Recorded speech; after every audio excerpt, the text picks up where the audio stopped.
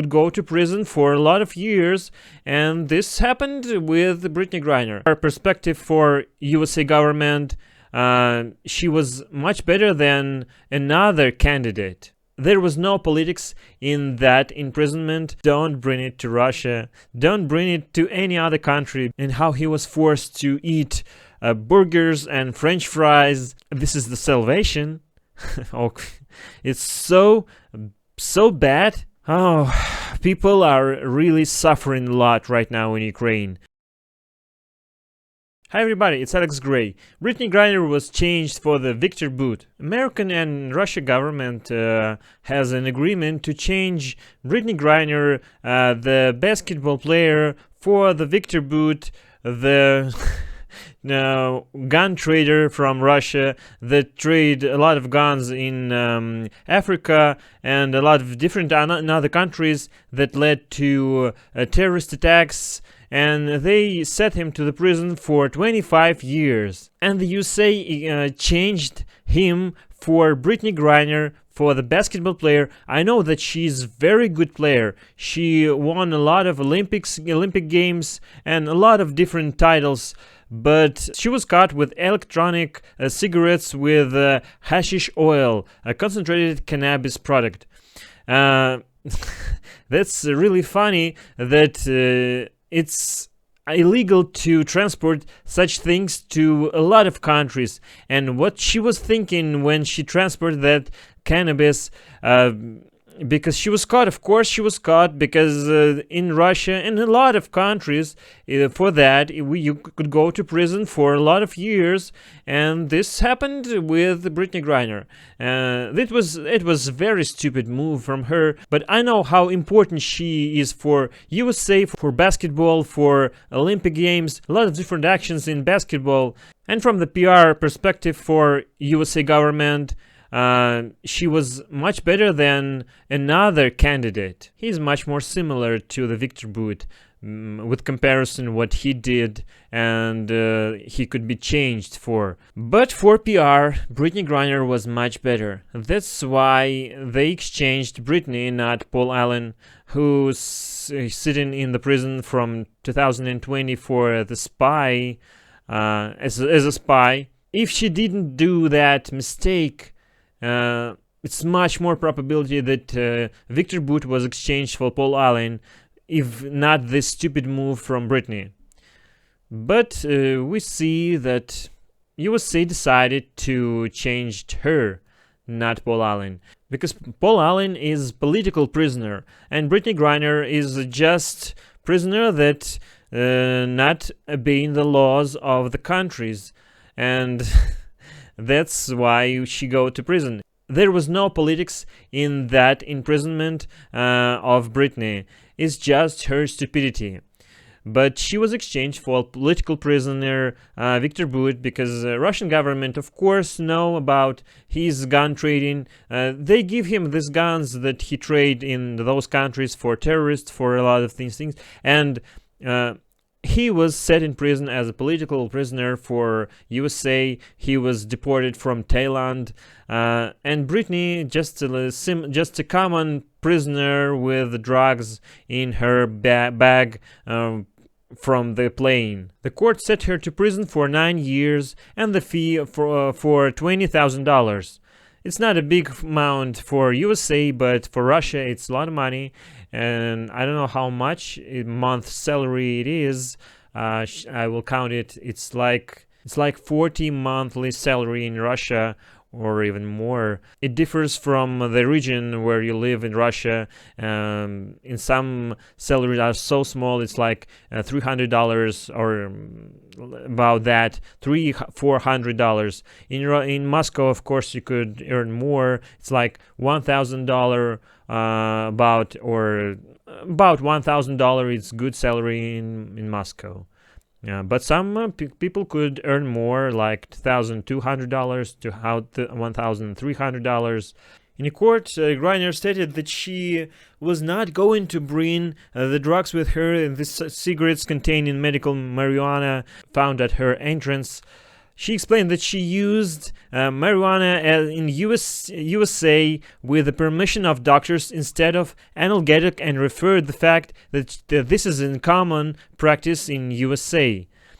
Okay, it's practice in USA, it's good, you could use it there, but don't bring it to Russia. Don't bring it to any other country, because you don't know the laws of other countries. Don't bring such drugs like marijuana or more like heroin. No, it's not logic at all. You should think that if you want that, wait for your return to USA, or just buy some another analgesic that is not against the law in Russia. There's a lot of things that you could buy here. If you want marijuana, you could buy it here in Russia, but don't try to transport it by plane in the airport. It's so stupid, because any dog and any equipment that could detect that will find it. And that led to 9 years of prison. But luckily, she was exchanged. But Paul Allen will stay in prison for several years more. We don't know, will they change him for someone? But he will. It's very disappointed for the parents of Paul Allen, who counted very much for the exchange for the Viktor Bout. And now Viktor Bout is telling on Russian media how terrible was his imprisonment in USA, and how he was forced to eat burgers and French fries, how it was terrible and not tasty.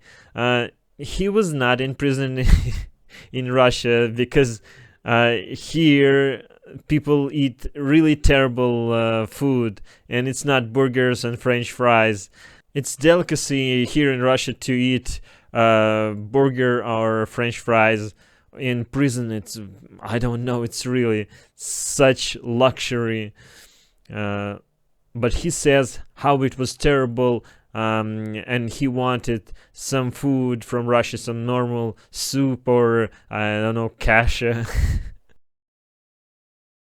So Russia continues to fire rockets at Ukrainian infrastructure. It's really became cold in there, and people without electricity, without heating, live in the houses. Also, they could only get electricity for several hours a day, and for that, it's like 1 hour in the morning that you should do. You should make food for that hour for the whole family. Charge everything that you have, phones, laptops, anything that you could charge, power banks, because the whole day there will be no electricity. And the heating, the more important, the heating, but of course the electricity, because how you could get the food? There's no bread in the shops because there's no electricity. Only hospital works 24 hours because they have generators for electricity. But people in regular houses and apartments could not get this electricity, and they should schedule the day for that hours of electricity. And of course they could not work like in internet or anything like that. It's not working at all. And in that situation, it's more than half country in that situation. 50% of electricity infrastructure was destroyed or damaged in Ukraine. That's Ukrainian government said, and it's really terrible. It's such a shame to fire at the Ukrainian infrastructure. And after that, Putin will say that he's saving the people that were restrained in Ukraine for speaking in Russian language. But what do you expect now? You expect after that, after destroying electricity and heating, that people of Ukraine will somehow love Russians and Putin? It's such controversy that Putin say that he's saving people by destroying infrastructure, and regular people will be in a cold without food. This is the salvation. It's so bad that Russia is doing right now to Ukraine, to the regular people. Oh my God. Anyone who could help Ukraine right now, maybe not guns, because people said that they don't want to give more guns, more weapons to Ukraine.